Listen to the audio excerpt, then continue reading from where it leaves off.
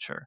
And we believe, looking at the Steve Jobs ratio, which I don't know if you heard of that one, but at some point Steve Jobs was asked, what's the ratio in IT, for people, the types of people that he likes to hire. And he basically said the ratio is 1 to 50. And 1 to 50 means that one really, really good guy can carry 50 guys on his shoulders. Okay, but in the age of AI, what does it really mean? It means that we will need one AI expert that can also mentor and teach the others per 50 people in the population. So if you have a population where for every 50 person, you have one expert that can also mentor people around him, then that population is going to do well under AI. If AI feels overwhelming, you're not behind. You're just busy running a business. New tools pop up every week and then no one has time to figure out what actually works. At Lion Edge AI, we take AI off your plate so you can focus on running your business. We review your setup, choose the right tools, and run AI systems across sales, customer support, and operations. No noise, no learning curve. Lion Edge AI, your unfair advantage in the AI era.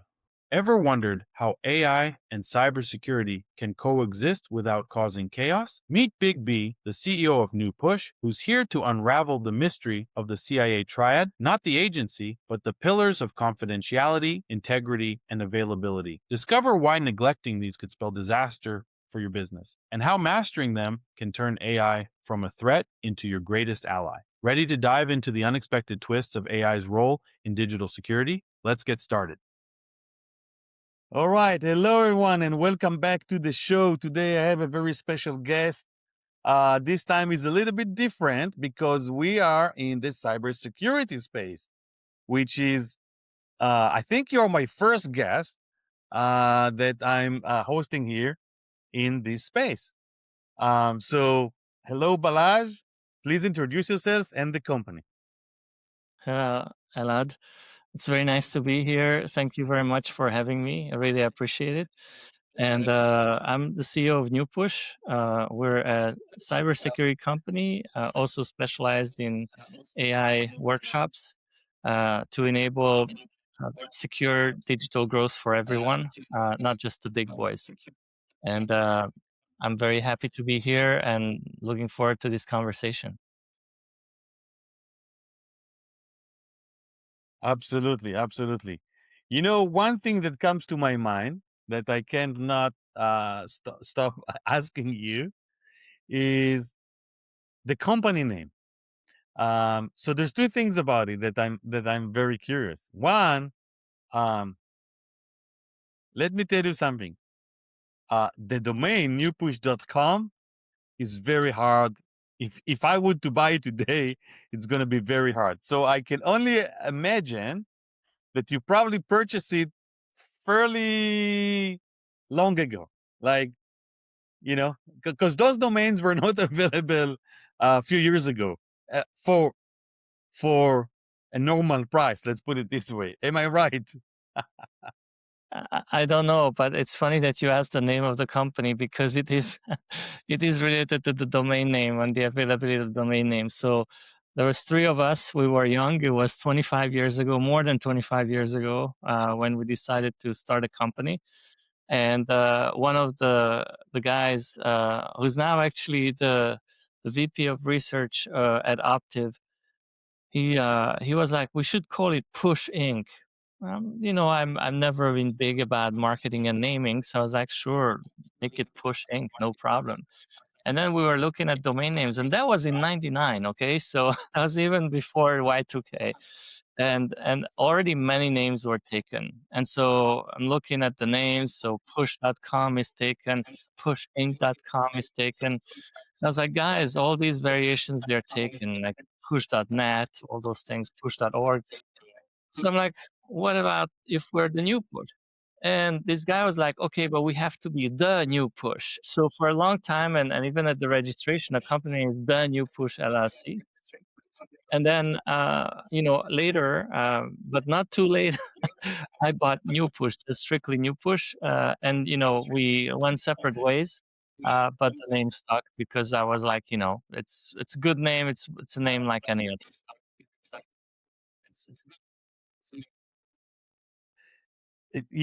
Okay, so I was right on. But sometimes it's very interesting how you can learn just by the domain name. Because what does it tell you? You know that those domain names are not available for many, many years now. So I was right about that. But then also it tells you that you are in this business for many years. So I'm sure that you've seen trends comes and go. And that's why I know that our discussion today is going to be very interesting, because you've seen um, technology changes and you adopted new technologies because you have to, because that's what your company does. You have to understand what's going on and be able to address any threats, right, in cybersecurity. So thank you for that. And now that we are already friends, I heard that your closest friend called you Big B. So if you don't mind, I'm gonna use that in this discussion.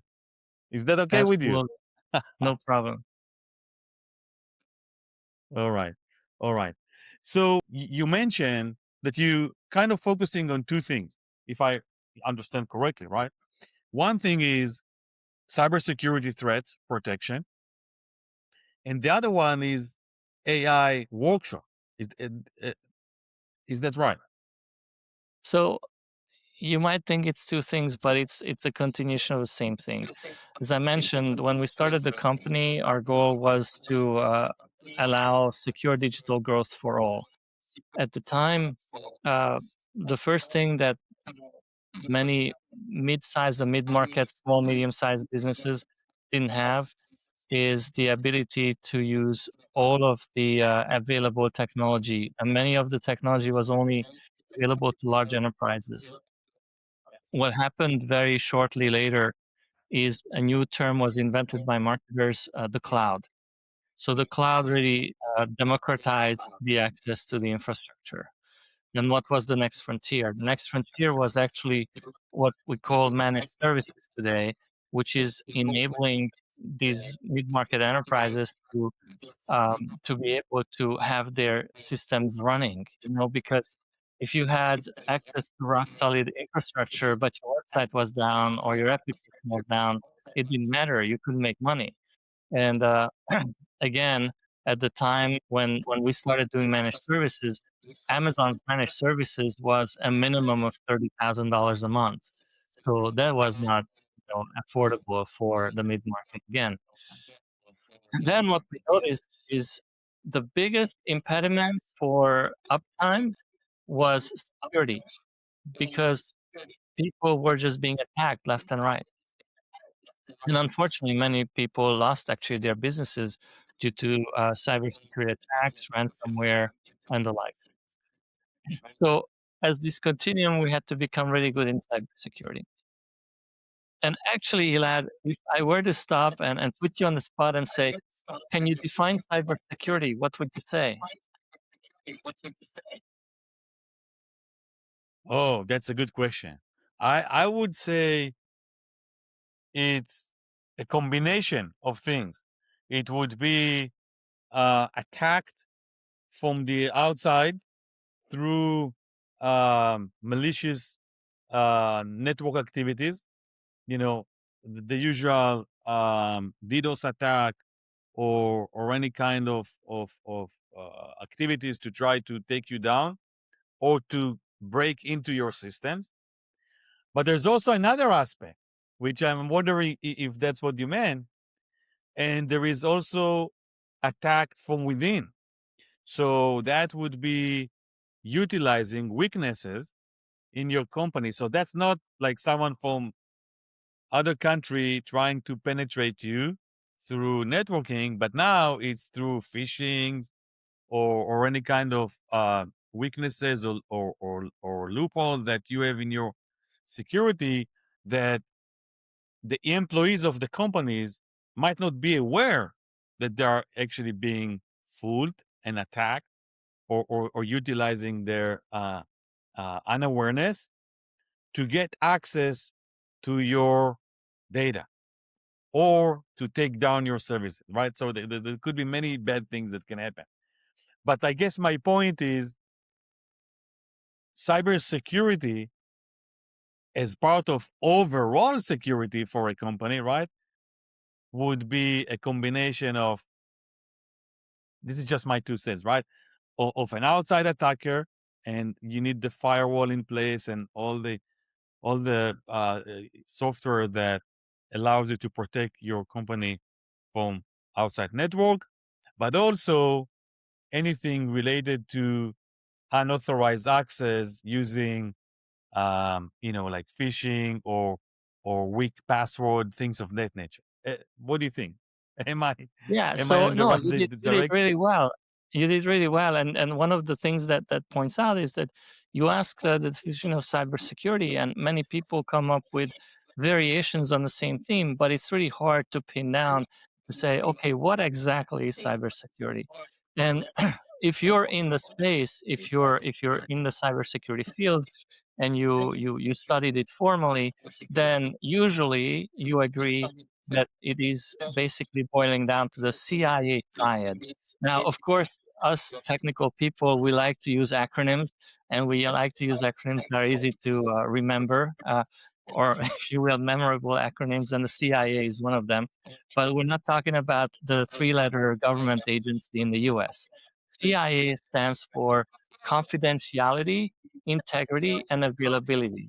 What does confidentiality mean? Confidentiality means that only the right people have access to the data, okay? Not the wrong people. So that covers your definition when you were saying inside threats, outside threats. Integrity, that one is a little bit more sophisticated because people tend to not think about it, but you do expect that the data you look at is actually the unaltered data that was the source data, and nobody actually tampered with the data. And when you think about it, of course, you want to see the real data, not somebody tampering with the data and the results of that. And then the last one is availability, which people take for granted. But availability means that you get to see that data when you want it, not when the data happens to be available. You want the data to be available at your command, not just at some other person's agenda. And so CIA, again, is confidentiality, integrity, and availability. And that's the foundational 3 pillars of cybersecurity. So when you think about it that way, it becomes very easy to see that this is a foundational layer to everything we do with a computer. And that's where, when you build on top of that, you understand that you cannot build AI without building on top of that. So again, the continuity to enable an enterprise to benefit from modern technology, basically, and the most modern technology is AI, is basically to have the right kind of infrastructure. Without infrastructure, you don't get to do AI. Then you need to have this infrastructure managed properly. If it's not managed properly, your AI project will fall apart. And then you have to have the CIA Triad. And now that we talked a little bit about the integrity piece, this is where most AI projects fall apart, because integrity means data quality, means that you get to see the right data, not some fake data, not some wrong data. That the data has been somehow governed, and there's stewardship over your data quality. And then when you put on top of that your AI project, your AI agents get to deal with the right data. They have the right access levels, because that's another place where your AI projects can falter. That you give access to the wrong data to the wrong person, right? Mostly you leak sensitive data because your data governance is wrong. And then the last piece is making these agents work very, very fast. So what happened if your CIA triad, if your foundation is wrong? You basically accelerate the wrong. And when you accelerate the wrong, you can actually hurt your company more than hackers do. So that's the continuation. I know it's not intuitive, but in order to enable people to benefit from AI, you have to have all the foundations ready. And this is really what happened in our history and our continuation. So today we're doing the same thing that we were doing 25 years ago, but with the latest evolution of technology, which is AI.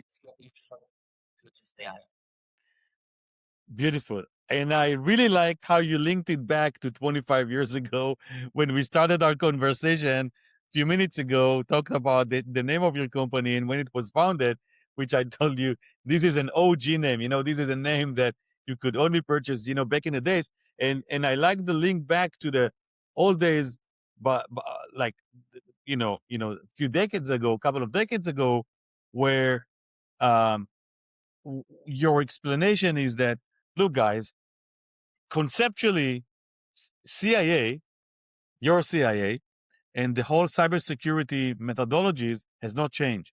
What changed is what companies are need to deal with today. So, as you mentioned, I don't know, maybe 15, 20 years ago, it was the whole cloud suddenly, right? Companies now have access to cloud. That brought up new threats. You need to adapt to that, right? And using the same concept, let's call it the CIA concept, right? To protect you, to make sure that you can utilize this technology and feel confident, right? That you can use it securely. And these days, we have AI, which is another layer, which I would say even more complicated, or opens up new risk, and one might say even bigger risk, because AI now it's a thinking model in a way, and it can, if bad actors take advantage of it, they can really create a big damage to your systems because they're utilizing a smart technology, rather than, just let's say break into a server or database.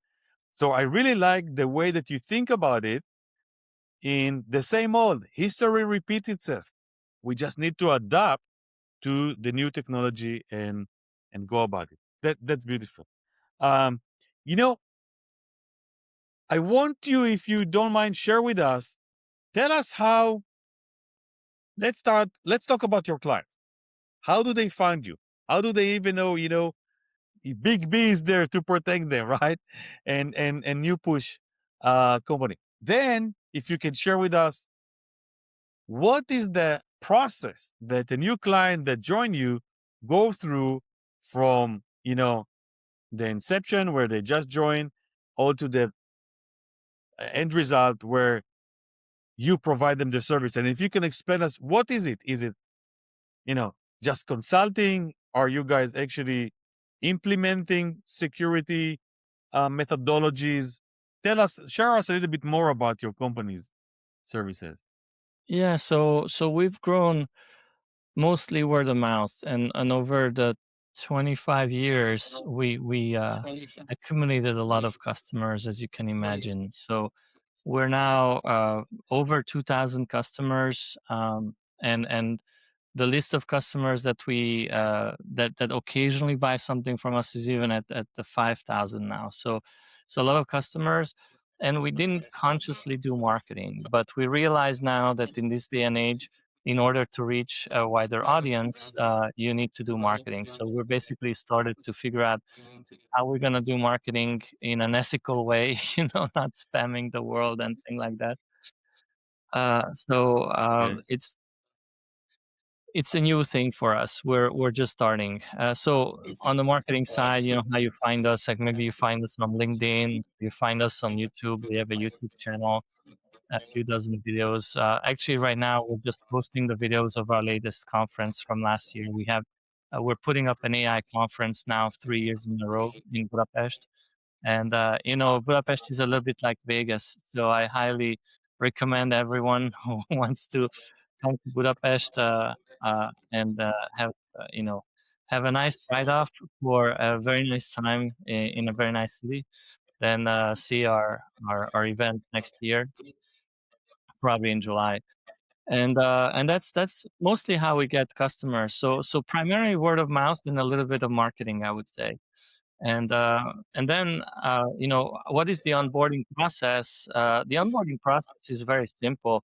We actually don't take your money until we provide you value. They always start by showing you what value you can get, and if you feel like, yeah, that's something that actually brings you value, then we turn on, you become a paying customer. And if it doesn't bring you value, no hard feelings, we go our separate ways. That's very rare, I would say, but it's there's no pressure. There's absolutely no pressure. What we don't want is someone that regrets, becoming a customer. And so before you become a customer, we make sure that you understand what you're gonna get. You get to try it, you get a taste of it, and most importantly, we show you the value we bring. So if that's value to you, then you become a customer. So this is kind of a theoretical. So how does it really look like in practice? In practice today, most of our new customers, they want to deploy AI workloads, uh, and they just don't know how to get started in a safe way. Like everybody can go on ChatGPT and start using AI, but then the next big hurdle is, okay, so what kind of data can I share with ChatGPT? I mean, a simple answer is nothing, right? So if you have any type of sensitive data, Correct. source data is actually sensitive, so it's kind of hard. But people, they don't want to be left behind, so they end up sharing a lot of data with these systems, and they don't realize that they're actually, because these systems are subsidized. So even when you use the $20 a month version, it's a subsidized system. When you pay ChatGPT $20 a month, they're spending on you about $200 a month. And that's why OpenAI, which is the maker of ChatGPT, is losing huge amounts of money. That's why you see some Wall Street pundits saying that this is a bubble and it's gonna explode, because you have a lot of these AI companies that are just burning money like there is no tomorrow. And there's also some big companies like Google who are actually profitable, and they have also a pile of cash. So when Google invests in AI, they're investing their own cash. So it's very different than a company that's just burning money like OpenAI. So we help people deploy that with secure foundations, and we help them move these workloads that they have been using uh, in a little bit kind of uh, not super conscious way, I would say, just because you tend to trust the vendors. You would say, "Oh, why would OpenAI, steal my data?" But it's not necessarily always nefarious. It can also be just simply that they have to cut corners to release things faster, just because they're locked into a battle. In fact, just a few weeks ago, when Gemini 3 came out, and Mark Benioff took a look at it. Mark Benioff, for those of you who don't know, he's the founder of Salesforce.com. And Salesforce.com is maybe the company who is at the forefront of virtual workforce. So basically, not chatting with AI, but actually building For good virtual and for applications. bad.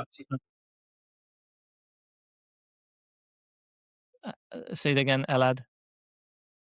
no, I'm sorry. I was mentioning when you mentioned Salesforce, I absolutely agree with you about their being in the on the front lines, and I was just mentioning it's for good and for bad, because they took massive actions. We know that because we heard about some layoff that were executed because replacing functionalities with and people technically with AI, and then we heard that they have second thoughts about it, that it wasn't going exactly as they wanted, and now they have a second thought, and they might want, that's what I read, they want to return or offer some of the employees to return or maybe rehire again. So yeah, I'm sorry if I cut you off, but No, you're no, absolutely no, no. right. This goes to the heart of the topic, actually, what you were saying. And it goes with the onboarding, because that's, again, people want to make sure to do it the right way. And of course, a large company like Salesforce, they have they make their mistakes, and those mistakes may be much more visible. Okay. And as a medium to small business, you can't afford to make those types of mistakes, because it could mean life and death for a medium small business. So basically, where does that leave you? You want to be safe, and that's one of the ways. When Benioff looked at Google, he said they've been using ChatGPT or OpenAI, which is the mother company of ChatGPT. for more than 3 years, and all of their models, everything were assuming doing this. And Benioff was saying after just a few hours of playing with Gemini 3 that he's switching to Gemini 3 and not turning back. And that's just capability wise. He's not even talking security, but the level of security Google can deploy is incredible. Google can deploy military level security for the same price as you and I pay for just regular AI, which is mind blowing. And that's really what matters, because you don't want to sell your future just for some gains today. And then returning to the very good point that you made about layoffs. So this ties it in the end with our AI workshops. In the traditional world, some people come in and train your replacement in front of you, or maybe even make you train your replacement, and that's very harsh. And then, you're basically let go and you have nowhere to go. I mean, maybe you'll find a job eventually, but in today's age with AI, it would be really hard. So what we do in the workshops is you come to the workshops, you're part of a group, you're part of a company, and you are going to build your replacement for sure, but you are going to be upskilled, because while you're building your replacement, your virtual replacement, you actually learn how to build an AI agent. You learn how to build a virtual employee. So at the end of the workshop, not only you have built your own replacement, but you have become irreplaceable for your company, because you're the one who knows how to build these virtual employees. And that's basically our answer to a fairness, that it's fair to the employees and it's fair to the employers, because your employer will not fall behind and you have gained the skill for the future. And we believe, looking at the Steve Jobs ratio, which I don't know if you heard of that one, but at some point, Steve Jobs was asked, what's the ratio in IT, for people, the types of people that he likes to hire. And he basically said the ratio is 1 to 50. And 1 to 50 means that one really, really good guy can carry 50 guys on his shoulders. Okay, but in the age of AI, what does it really mean? It means that we will need one AI expert that can also mentor and teach the others per 50 people in the population. So if you have a population where for every 50 person, you have one expert that can also mentor 50 people around him, then that population is going to do well under AI. But that presumes that we have AI fluency, AI literacy for all. And then we have a strong percent of the population who is versed enough in AI to be able to build those AI agents, to be comfortable with playing with virtual employees, etc. And then we have 2%, it's the 1 to 50 ratio. We have 2% of the population that can actually take care of the governance and the coaching and the keep up of all the rest. What's the difference with this new kind of literacy compared to traditional literacy? In the traditional sense, what you had is people were going to school and they were actually learning, the alphabet, they were learning the read and the write. And once you reached that level, you were considered literate, because now you can read books, you can write essays, you can write books if you want, you can do whatever. And so you're good for society, and that was good for life. And now with AI is in this exponential curve of growth, and every single week we have to relearn ourselves, and we have to teach to people what changed and how to keep being literate. So the bar or the pole for literacy keeps being moved out, the goalpost, which sounds maybe scary, but actually with the right coaching, you can keep up. It's not impossible. And if you keep up, if you stay up, then you stay literate, which means that the whole school system needs to be rethought, because there are millions of adults that need to kind of go back to school. It's not as hard as going through your whole school system, but you have to go back to school to learn AI, learn how to use AI, etc. And a lot of it is intuitive. And I would say 2 to 10% of the population, they can learn online. They can learn, through online resources, to Twitter and all that. But there is a large part of the population who's not comfortable with that. That's why we still have everybody go to school. You don't consider your kids just learn online, since the age of 6, right?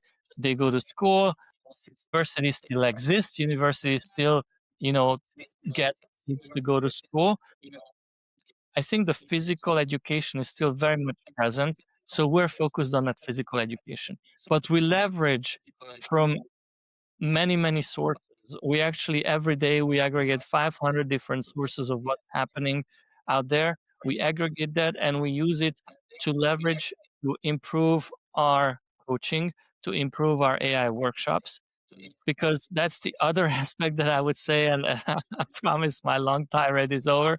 But the other aspect is nobody has time, especially in an SMB, a small, medium-sized company, to go and sit through a class. You have to produce. So what we do is workshops where you come, you bring your problem, and you start building an agent that solves your problem. You start building a virtual employee that will continuously work on that problem, so that as you do the workshop, and it's a 5 to 7 week workshop, every week you come and solve something, and every week you come and you have accountability. You show us what you learned last week. You show your peers, your cohort, and you exchange ideas, you exchange difficulties. And by the end, you basically have built so many virtual employees that you have upped your game and you have upped your company's capabilities. And that's basically how we work it. It's not some theoretical, teaching or theoretical class where you sit through. So I think this is the new paradigm shift in education. I think that's the new paradigm shift of how you're supposed to teach for this age of AI.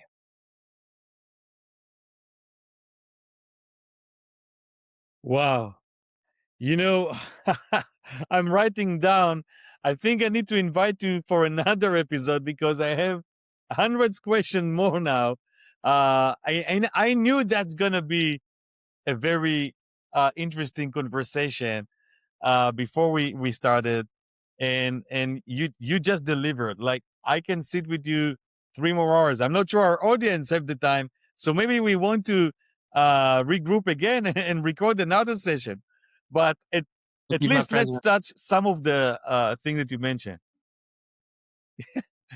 This is awesome. So, um, first of all, I got to tell you, um, I'm sharing the same concept like you do, and I think, if I may say, I think I'm the same nice person like you are, if I may say, and It's an that honor. goes Thank you. hand in hand.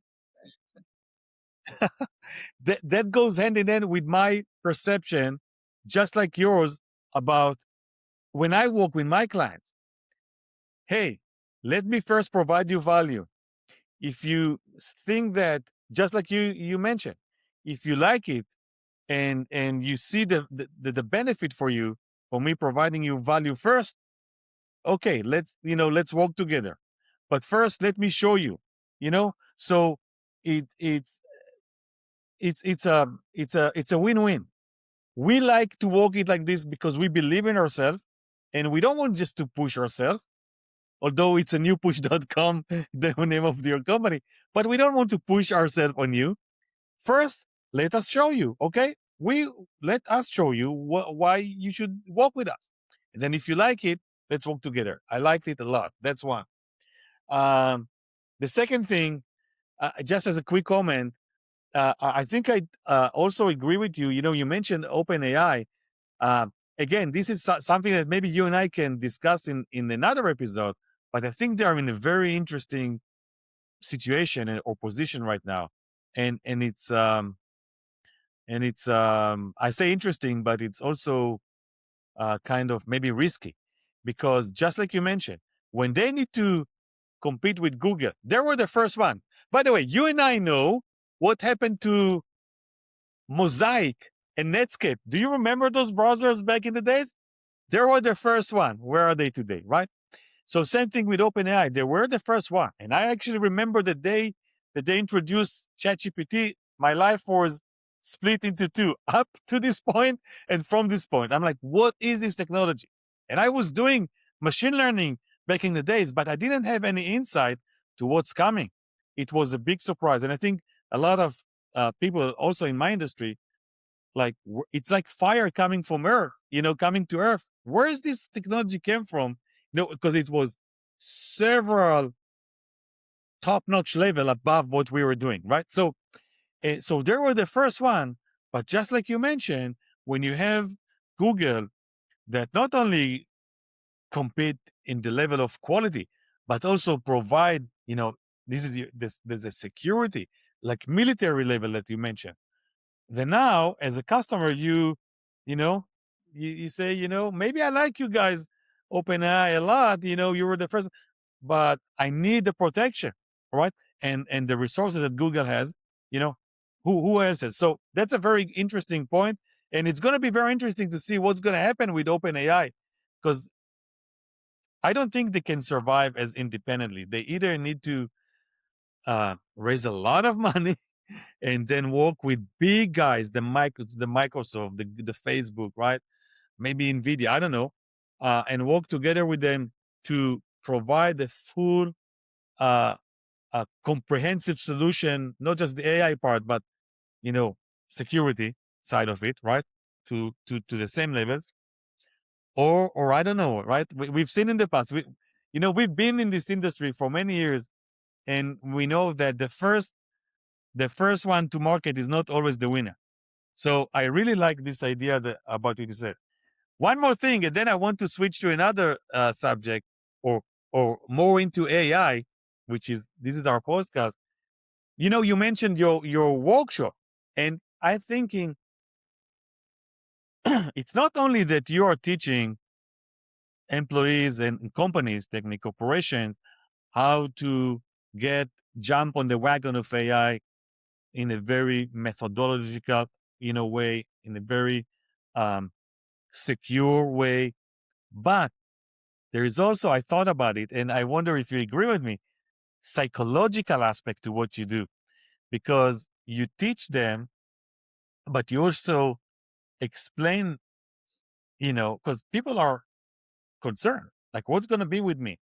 But then I think what you mentioned is that through your workshop, you also show them, hey, the future is, yes, we're going to use a lot of agentic AI and, agent, but human beings still need to train them, configure them, and manage them. And the 2% that you mentioned, if you belong to the 2%, you're going to keep your job. In fact, who knows, maybe you even get promoted, because now if you work with 5 agents and I don't know, whatever, you manage 5 agents securely and professionally, then you can deliver, it's the 150 rule, just like you mentioned. You can deliver a work of 50 people, right? So there is an aspect of, hey, relax, in a way, right? Here's what you need to do. This is what you need to pursue. And this is what you need to deliver in order to survive and thrive in this new AI era. Do you No, think, does that make sense at all? I just want to correct one thing. So in my model, it's not the 2%. In my model, it's 100% of the people who are prepared. So we adopt the Montessori style. I didn't mention that earlier, so there was no way for you to guess. But I don't know if you heard of the Montessori style. But when the kids go to a Montessori school, you have 3 different generations of kids in one classroom. And what that means is that the newbies, not the freebies, the newbies, they're basically introduced to new concepts by the 3rd generation who masters that concept by teaching it, because that's how you actually go really deep in a concept, by being able to teach it. So that's the 3rd level. And the middle level is what I mentioned, is the people in the AI context who are comfortable with AI agents, with tweaking virtual employees and things like that. So in our model, 100% of the population is upskilled for AI, because in our model, nobody can be left behind, but there's going to be different tiers of capabilities. And for a population to have a strong chance of survival, I adapt the Steve Jobs ratio, which means that 2% of the people reach that level of complete mastery of governance and coaching or mentoring.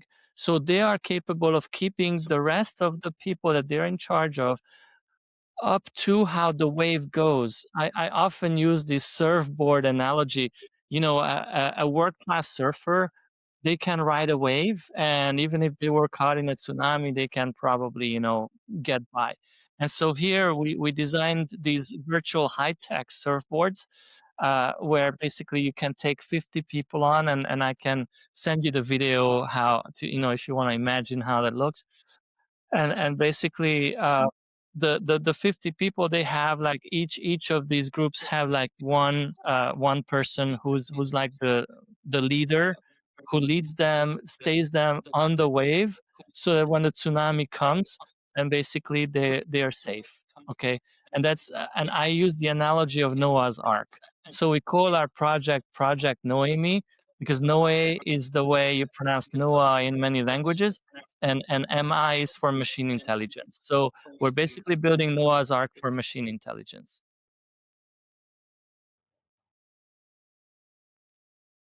Wow. I would love to see those videos, and maybe we can integrate them, embed them here in the podcast. That would be really fun to see. Happy to. Very interesting approach. I would definitely like to see that. All right.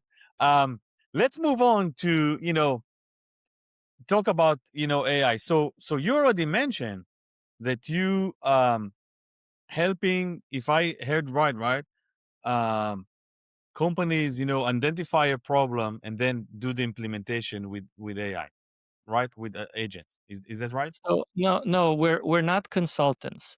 What we believe is this world changes way too fast, okay, for us to be good at all aspects. What we believe, and it's hard to have a crystal ball to say what's going to work. So what we believe is the one sure investment you can make as a business owner, and now I'm talking any side business. So I'm talking Jamie Dimon for from Chase, all the way to the corner store. The one investment that's safe that you can make is to upskill yourself in AI, upskill your employees in AI. Because if you upskill them, they will figure out what to do with it. Okay. Of course, that requires other personal skills. And so to me, upskilling with AI needs to be coupled with increasing your level of consciousness. Increasing your level of consciousness is a whole different business. So that's not the business we're in, at least not yet anyway. But increasing your skill in AI, that's what we help with. And then, obviously, depending on size of organization, how edgy a given project is, you may want to bring in some consultants to help you with AI, if you will. You got to be really careful though. And I'm sorry, Elad, I don't mean to insult consultants, but it's a consultant that taught me this phrase, says that typically consultants will consult you out of business. so so we're not trying to become consultants in AI that help you with projects. We certainly can, if through a workshop you bring us problems you stock, that's one of the advantages of a workshop. But for us, you have to bring your problem. You have to think of your problem. We just give you the tools to upskill yourself and to figure out the solution. Because at the end of the day, you're the expert in your field. Yeah. You will find the solution. That's what we trust. I think our role is to provide you the safe, secure foundations. You alluded to cybersecurity earlier. If your foundations are not there, then your project will fall apart. The MIT study, now a couple of months old, but it showed 95% of projects falling flat. And a big part was no secure foundation. Another big part was no data governance, which means that the data that they had in theory for the project that worked, in the lab environment, with real data, the agents were choking. Because while humans are really good at glossing over bad data, AI agents are not so good at them. They're getting better, for sure, but it's always going to be a challenge. Figuring out data governance is always going to be a challenge. In fact, if you allow me, I wanted to go back to another topic that you mentioned earlier, because the fact that how do we present things? How do you present the results of an AI agent, etc.? First of all, the big shift is, in the past we were talking about, and because you're an old timer, master data management. Do you remember that term, master data management? That's a big term. It meant, humans deciding, okay, what does customer mean? What does this mean? What does that mean? And you're listening to me on the other side of the camera, and you're like, how do I care what customers mean? Of course I know what customer means. But if you think of a bigger organization and they have like a support department, for them, the word customer may mean something completely different than your sales guy. For your sales guy, the customer is the guy who signed on the dotted line. But for your support department, it might be the guy who hasn't signed the contract, but they have to support him because they're in a trial. And in the trial, you want them to have the same experience as a real customer. So these are the problems for humans. This is master data management, and it's very hard. For AI agents, it's very simple. They understand the context, and then they can talk to each other with the context understood. So here, what I wanted to basically say, the main role of humans that we know will persist is the ability to translate for other humans what's going on. Because what's happening with AI agents between them, sometimes they're even going to speak in unintelligible language. And it doesn't have to be scary. The point is that they talk to each other, they understand each other, and they'll generate a result. Then you need to have humans interface with many humans so that the result is the outcome is translated in a way that's comfortable. Like if you go in a hospital and you're talking to a computer monitor, that may not be so reassuring. But if you talk to a nurse and the nurse is talking to an AI agent, then the nurse can basically tell the AI agent when she feels, okay, this is not right, can you go back and check again, or can you do this? Then by the time the nurse talks to you, she has done that interfacing with the system. She has basically done all the work. And sorry, doctors, but I think a nurse with an AI system may be more powerful than doctors today. So this might be controversial, but the point, what I'm trying to say, is that the work that doctors do will change, the work that nurses do will change, but it doesn't change that we're humans and who will need human contact and physical human contact.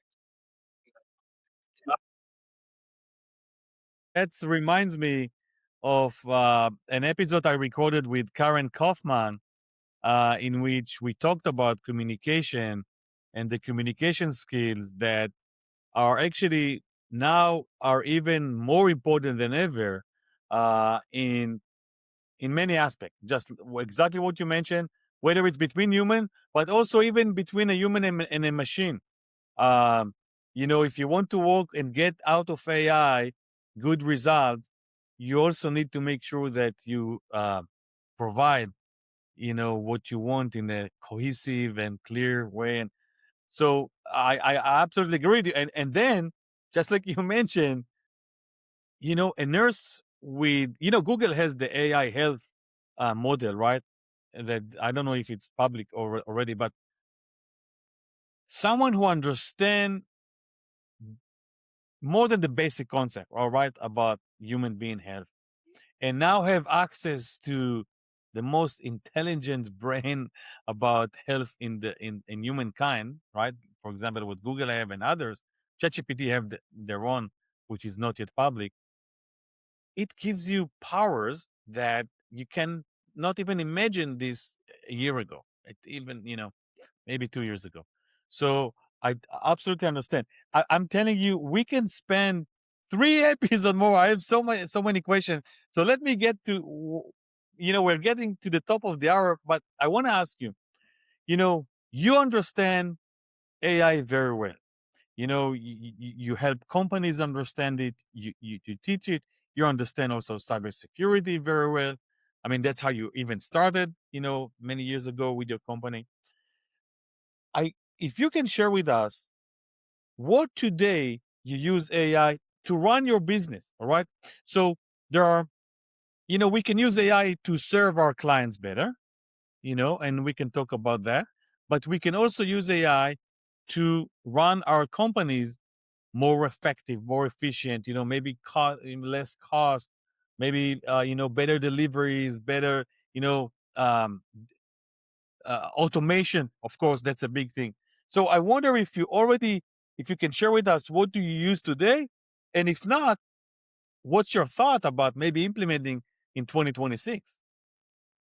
Well, I mean, every day. So every day I use AI. Every day I make sure that my AI, that my team is using AI, and every day I also check in with my AI team. So I have virtual AI employees that every morning they have their work done, and they're submitting their work to me, and I have to review what they've done.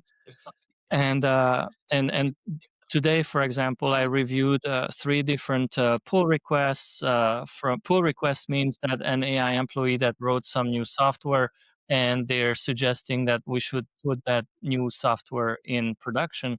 And before you put it in production, for us, there's human in the loop. So human reviews what the AI did, and then we approve it or disapprove it. And so I accepted a couple of changes, and I commented, and I threw it back a couple of changes, saying that they need to dig a little deeper. That was the run of the mill kind of operation that I have. Another agent, and I have an HR agent that basically did a report on the vacations, and gave me a report how many vacations were approved automatically by the agents, and how many required human intervention. That's a simple HR agent. And then I built a new HR agent today. It's not a fully autonomous agent which I built today. I just took a few minutes to build it, but it's basically an agent that helps me with some interaction. I basically would give it a specific topic, and it could dig deeper into how to help someone, or how to resolve a certain type of situation, to give guidance to either the HR manager or the team leader when a certain type of situation arises. What are the techniques they can use so that it's not something that works in their place, but something that gives them superpowers, maybe you can say.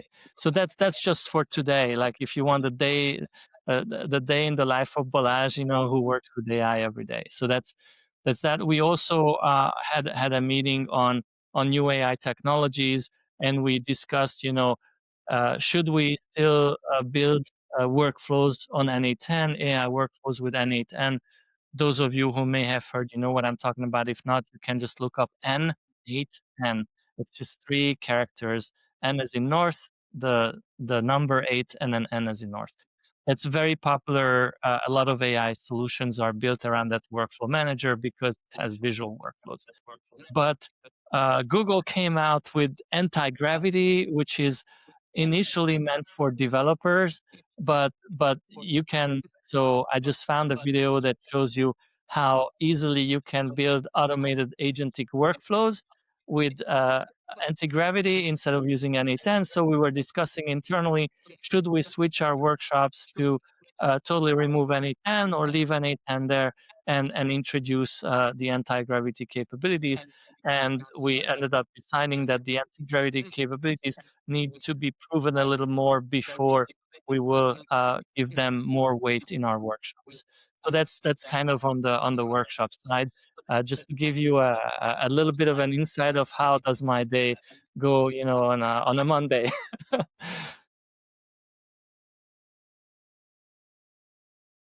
No, beautiful. And yes, we use N810 a lot. Just like you described, uh, if one of our clients has a specific workflow that they want to automate, we like working with N810 a lot, to be honest. And you're right. There's new things coming in, every week. That's the problem, and that's why we're here. Companies like yours, companies like mine. It's very hard to get up to speed. You're busy running your business, whoever you are, right? And it's hard for me to catch up on the innovation. And I'm talking about even the top companies, not every innovation in the world with AI, but even if you just want to follow the top 10, right? ChatGPT, Google, Meta, Claude, Perplexity, all those big names. Even they, come up with new services, new products, and it's very hard. Now, even when you know what they are, now you need to test it to make sure it's work, because not everything that they say works perfectly right from the get-go. So that's why we are here, and then we help our customers, right, just like you do, to focus on what they do best, and then we help them with embedding AI to even run their business even better, to not be afraid of it, to use it the right way, right? And to, in your case, is to enhance their employee knowledge. And I agree with you. I understand that you're going for everyone. It's not just the 2%. I got it.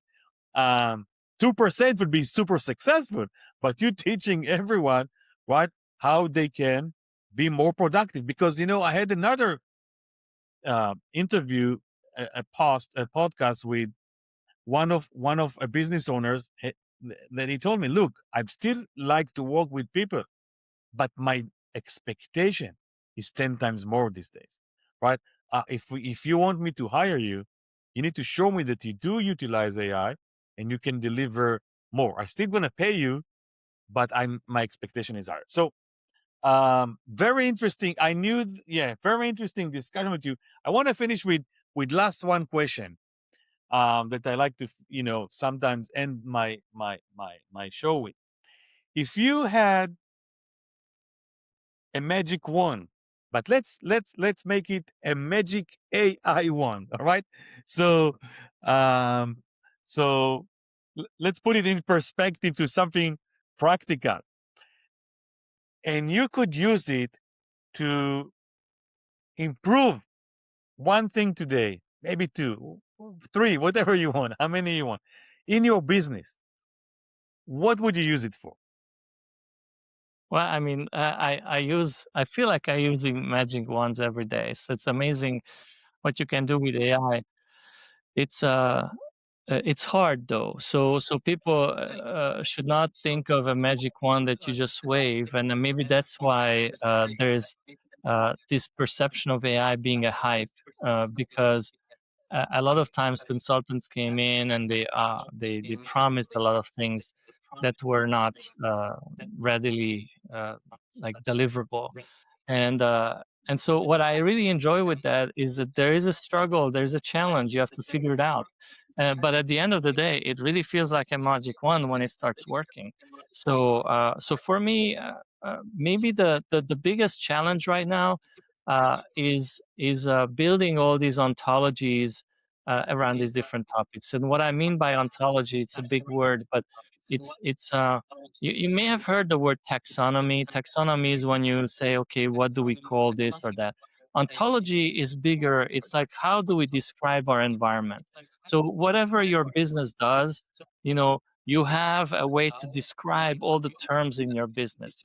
Whether you're working with signage for construction road signs, or you're working with actually the constructions of skyscrapers or the residential construction, doesn't matter.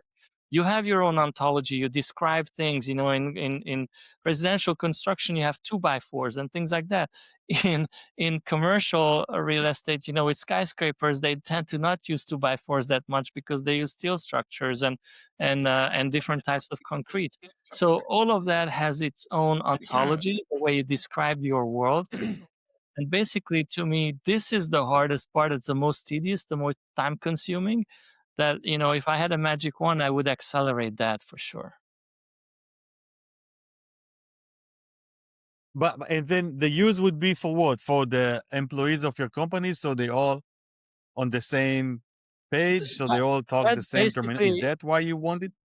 no, that basically guarantees me that I understand the tools in a given topic and I can get AI. So again, if you worked a little bit with AI, and I know, Elad, you did, but talking to the audience, depending how much you might have heard the term MCP. MCP is basically a way of giving API access to your agents. So giving them access to a given software so that instead of you logging into that software, digging for data, bringing it back in, you know, you have the AI agent being able to do that. So imagine you're at ChatGPT and you have an MCP server to your ERP, then you can say, hey, what's my stock in, I don't know what type of red dye?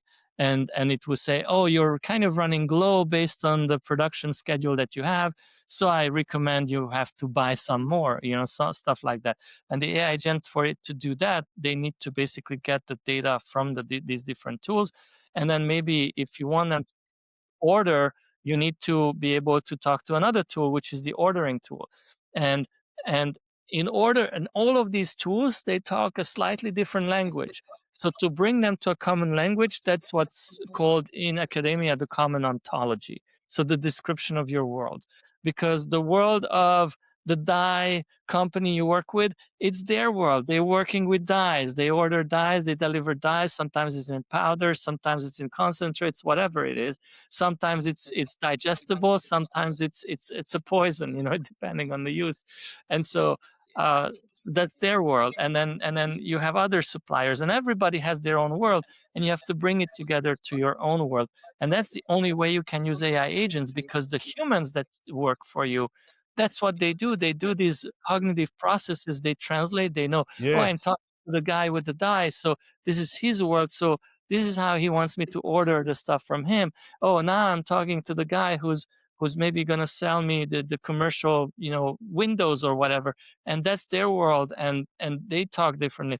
And so all these different systems, for AI to be able to talk to intelligently, I need to describe this world, and that's called the ontology. Love it. And I exactly understand where you're coming, where you're coming from and where you want to go with that. And I can tell you only, people who doing things and building systems, especially in the agentic AI space, they can think about what you just mentioned. Because until you actually hit the wall and understand that there is a communication problem here, you don't even know that you don't know what you don't know, but only if you're doing this. So I really love that. And I can tell you something, this is a big thing. I mean, let me put it this way. If you write a patent on that, you can make a lot of money, because the world's going to need it. You mentioned MCP. MCP is already, old news for us, and agent, yeah, they need to be able to understand each other like human beings. And whoever gonna you know what, I'm sure there are big brains right now in those big companies that working on that. And we're gonna see innovation in that area in 2026, I'm sure, because that makes your um, communication between completely different agents, right? One from company A, another one from company B, right? They don't know each other at all. They got to, somehow there's a connection that they need to talk to each other. How do they understand each one language? Beautiful. I love that. And to be honest, I didn't even think about it. Um, I was too much in the trenches of the MCP, and implementing, just the protocol so they can even communicate. But what you just mentioned is the next level, right? Of augmenting Maybe. the So MCP. I In would my say mind. it's not. So MCP is the agent being able to communicate mostly for a human with human systems. The other level that you mentioned is the agent to agent communication. The agent to agent communication, we don't have to worry about it. That's what I just learned at Johns Hopkins. We invited one of the professors that works in the forefront of AI to our conference, and he was like, you don't need to worry about ontology for agents, because agents understand the concept, the context natively, and they understand when each other's context is not correct, and they can talk to each other until they're clear on the context.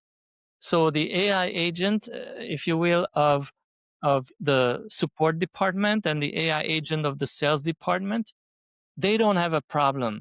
It's us humans who have a problem. And I think that's the work you do every day, Elad. Your biggest part of your work is to get an understanding on the human side of what you're trying to accomplish. The agent part is actually takes care of itself. It may seem crazy, but as long as you employ the agent to agent protocol correctly, you don't have to worry about ontology. Ontology is at the end of the results for human to understand, is the outcome what I wanted? And did I describe the outcome that I wanted correctly? Okay, so that's I I would venture to bet that this is maybe 70% or 60% of your work, day in day out, because once it's clear, you can go and get it done for your customer.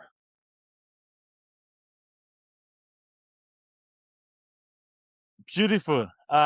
Big B, this was a pleasure. Not just a pleasure. We learned a lot, and I hope we bring value to our audience.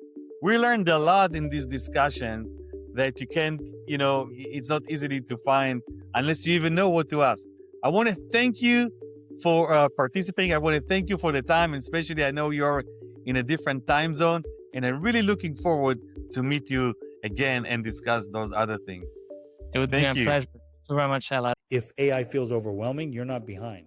You're just busy running a business. New tools pop up every week, and no one has time to figure out what actually works. At Lion Edge AI, we take AI off your plate so you can focus on running your business. We review your setup, choose the right tools, and run AI systems across sales, customer support, and operations. No noise, no learning curve. Lion Edge AI, your unfair advantage in the AI era.